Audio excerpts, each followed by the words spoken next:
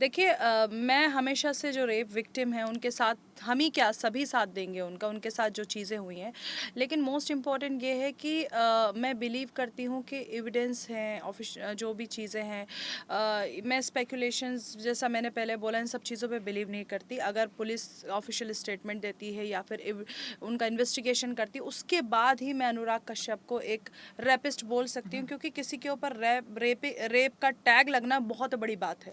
तो मेरे हिसाब से मैं पायल घोष को, मैंने उनके इंटरव्यूज़ देखे, उसके अंदर उन्होंने सारी चीज़ें खोल कर बताई हैं। और मेरा मानना ये है कि अगर कोई रेप विक्टिम होता भी है तो वो सबसे पहले पुलिस के पास जाता है। ये नहीं कि ट्विटर के ऊपर आपने लिख दिया और पीएम मोदी को टैग कर दिया है और सारी चीज़ें आप खुलकर बता रहे हो। क्योंकि मेरा ये मानना है कि जो अगर किसी के साथ ऐसी कोशिश की जाती है, हैरेस किया जाता है, तो वो इतना ज़्यादा दिमाग से वो हो जाता है कि भाई क्यों किया, ऐसा क्यों किया। बट उसके बाद मैडम पीएम मोदी को टैग करती हैं, ना कि पुलिस के पास जाने से उन्हें पुलिस के पास जाना चाहिए। हाँ, तो पीएम मोदी को टैग करने से बेस्ट था कि वो पुलिस के पास जाती और वहाँ पर ये सारी चीज़ें बताती कि उसने मेरे साथ ऐसा किया, उसने जिप खोला, ये किया, वो किया, जो पूरी बातें खुलकर वो बता रही है। एंड सेकंड चीज़ मुझे ये लगी कि वो बहुत अच्छी अच्छी अभिनेत्रियों के नाम भी लिए उसने, जैसे हुमा कुरैशी है, रीचा चड्ढा है या फिर माही गिल है, कि ये लोग खूबसूरत नहीं है और इन्होंने सोकर काम किया है। I don't think so. Huma Qureshi is very talented, Richa Chadha बहुत टैलेंटेड है और बहुत अच्छी मूवीज़ करती हैं। हुमा की गैंग्स ऑफ वसेपुर उसने बहुत अच्छी एक्टिंग की है। माही गिल, तो ये मुझे लगता नहीं है कि आपको अपनी चीज़ों के लिए लाइक कंगना अपनी चीज़ों के लिए दूसरों को टारगेट करना स्टार्ट कर देती है। तो अपनी अपनी बात करना चाहिए। और मतलब इतने बड़े बड़े आर्टिस्ट का नाम लेकर आप ये कोशिश कर रहे हो पब्लिक को दिखाने की कि वो सो कर काम हासिल करते हैं, मेरे हिसाब से बिल्कुल ऐसा नहीं है। वो टैलेंटेड है और अपने काम जो भी उन्होंने हासिल किया अपने टैलेंट पे किया। जी जी। ऑलराइट, इसके अलावा जैसा कि बिग बॉस की अगर हम बात ना करें तो आई थिंक बेवकूफ़ी होगी, लेकिन जिस तरह से सलमान खान जी को टारगेट किया जा रहा है कि ये जो है सिर्फ स्टार किड को ये भी चांस देते हैं, उन्हें सपोर्ट करते हैं, इस बार का जो बिग बॉस है बायकॉट किया जाना चाहिए, हम नहीं देखेंगे, ऐसा करेंगे वैसा करेंगे, क्या मानती है कि कुछ इस बार का इफेक्ट पड़ने वाला है बिग बॉस पर? बोलने दो, बोलने वाले बहुत सारी चीज़ें बोलते हैं। आई डोंट थिंक सो कि सलमान के शो को इफेक्ट पड़ेगा, क्योंकि वहाँ पर मोस्टली पब्लिक कंटेस्टेंट को देखती है 6 दिन तक, और एक दिन देखती है वीकेंड का वार, वो भी सलमान खान को, सॉरी 2 दिन देखती है सलमान के वीकेंड के वार को।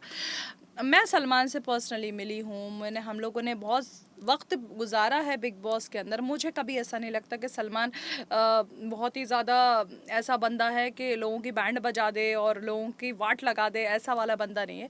उसने मुझे भी बहुत चीज़ें समझाई इंडस्ट्री के अंदर कि ऐसे ऐसे जैसे पहले थी आप अब नहीं रहना है, क्योंकि आप एक लेवल पे आ गए हैं, आपको अच्छे से काम करना है। और रहा सवाल स्टार किड्स का, देखिए सब अपनी फैमिली के लोगों को आगे लेकर आते हैं और ऐसा नहीं है, लेकिन आउटसाइडर टैलेंट मोस्ट इंपॉर्टेंट रहता है। बहुत सारे ऐसे बड़े बड़े सुपरस्टार हैं जिनके बच्चे घर में अभी बैठे हुए हैं, जिनके पास टैलेंट नहीं है, लेकिन आउटसाइडर आते हैं, जैसे अमिताभ बच्चन है, शाहरुख खान है, ये सब आए हैं और उन्होंने अपना टैलेंट दिखाया और सुपरस्टार बन के बैठे आउटसाइडर से। तो मेरा ये मानना है कि टैलेंट, लास्ट में टैलेंट ही आता है और वो ही आगे लेकर जाता है। सलमान खान का मुझे नहीं लगता कि ये लोग कितना भी ट्रोल करें, सलमान खान का नाम ख़राब करें। मैं एविडेंस पे बिलीव रखती हूँ। अगर तुम्हारे पास चीज़ें हैं, प्रूफ हैं, तो सामने लेकर आओ कि सलमान ने सुशांत के साथ ऐसा किया। वही र्यूमर चल रहे हैं, ब्लेम कर रहे हैं, गाली बक रहे हैं। मेरे ही पूरे इंस्टाग्राम को गंदी गंदी गालियों से भर दिया है इन लोगों ने। तो मुझे नहीं लगता, सलमान के हेटर्स से ज़्यादा उसके फैंस हैं और उसको वीकेंड के बार पे डेफिनेटली सपोर्ट करेंगे। उसको प्यार करने वालों की मुझे नहीं लगता है कमी है, क्योंकि मैंने जितना देखा है, ये कितना भी करने की कोशिश करे, कितना भी फेक ट्रोलिंग करवाने की कोशिश करें, उसके इंस्टा के ऊपर गंदी गंदी गालियाँ बकते रहें, मुझे नहीं लगता कि उसके बिग बॉस पर असर पड़ेगा। मुझे नहीं लगता, मुझे नहीं लगता। मुझे भी नहीं लगता। हाँ। इस बार के कंटेस्टेंट को कुछ कहना चाहेंगी आरसी जी, आपकी तरफ से कुछ टिप देना चाहेंगी या कुछ कहना चाहेंगे आप? देखिए इस बार कंटेस्टेंट जो भी आएंगे, देखिए इम्पोर्टेंट यही रहता है कि कितने स्ट्रांग है। हमारा सीजन हिट गया, BB12 फ्लॉप गया, BB13 हिट गया, तो डिपेंड करता है कंटेस्टेंट कैसे हैं। सलमान अपना वीकेंड का वार जैसा करना है वैसा ही करेंगे, लेकिन जो 6 दिन 5 दिन चलता है वो ज़्यादा इंपॉर्टेंट है। उसमें पब्लिक कनेक्ट होती है, अपने अपने जो सपोर्टर्स हैं वो कनेक्ट होते हैं।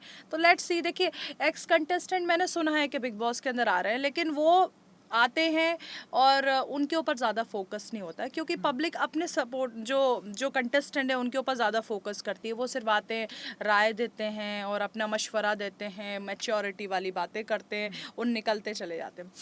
और मेरा ये मानना है कि अगर मैं वहाँ पर जाती हूँ तो मुझे गेम पलटना है, मुझे ना बैंड बजानी है। मतलब मैं ये नहीं सोचती कि तुमने गलत किया, तुमने गलत किया, लेकिन है ना अभी वहाँ पर, ठीक है, अच्छा कर रही है, माँ बनी है, बेटी बनी है, जो भी है ना वहाँ पर, मुझे गेम पलटने का शौक है। मुझे ऐसा लगता है कि अगर इसने इसके साथ ऐसा किया तो क्यों ना टर्न कर दो टेबल को और इसकी बैंड बजवा दो। तो ये आना चाहिए, ये ट्विस्ट आना चाहिए। जी, तो इस बार ऐसे वाइल्ड कार्ड के जरिए आरसी जी जाकर ऐसे किसी की पर्सनली ऐसे किसी की बैंड हाँ। बजाना चाहती हैं? बिल्कुल, कलर्स बुलाएंगा तो हम ज़रूर जाएंगे। उन्होंने हमें बनाया और हम हमेशा उनके लिए साथ खड़े हैं। लेकिन मैं ऐसे मशवरे के लिए नहीं जाऊंगी, जैसे वीकेंड के वार पे वो जो पॉज दे देते हैं या फिर रोबोट बना के खड़ा कर देते हैं और आप जाकर उनको बातें सुना देते हैं। I don't like it. मुझे बात सुनाना भी है और उसकी बात सुननी भी है। वो चाहता क्या है और मैं उसको क्या करवाना चाहती हूँ वो करवाना है मुझे।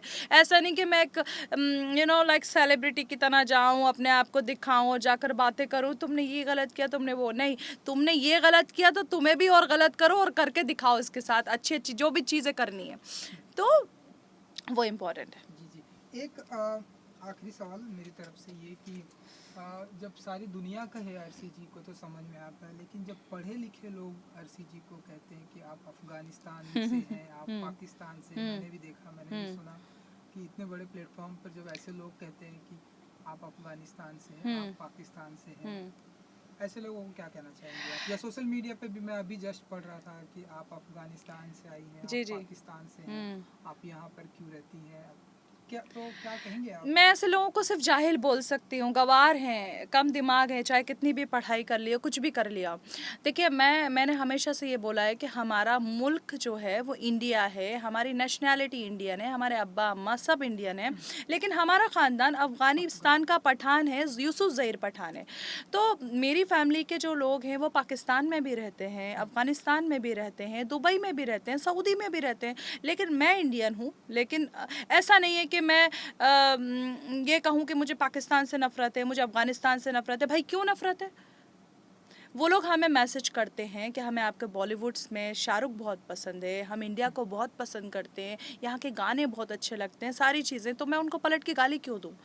वो अगर हमें रिस्पेक्ट देते तो हम उनको रिस्पेक्ट देते।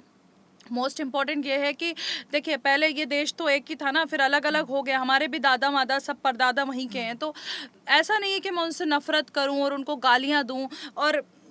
और नेशनल टेलीविज़न पे कुछ बेवकूफ़ लोग बैठकर बोलते हैं कि अर्शी खान ने पाकिस्तान का झंडा लगाया था।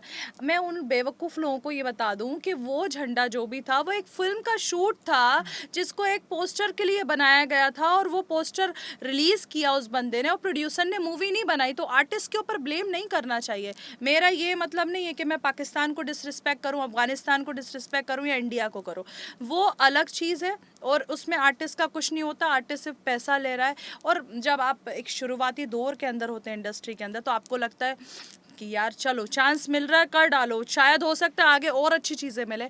तो वही था, और उसके अलावा ऐसा नहीं था कि मैं पाकिस्तान को डिसरिस्पेक्ट करूं या फिर इंडिया को करूं।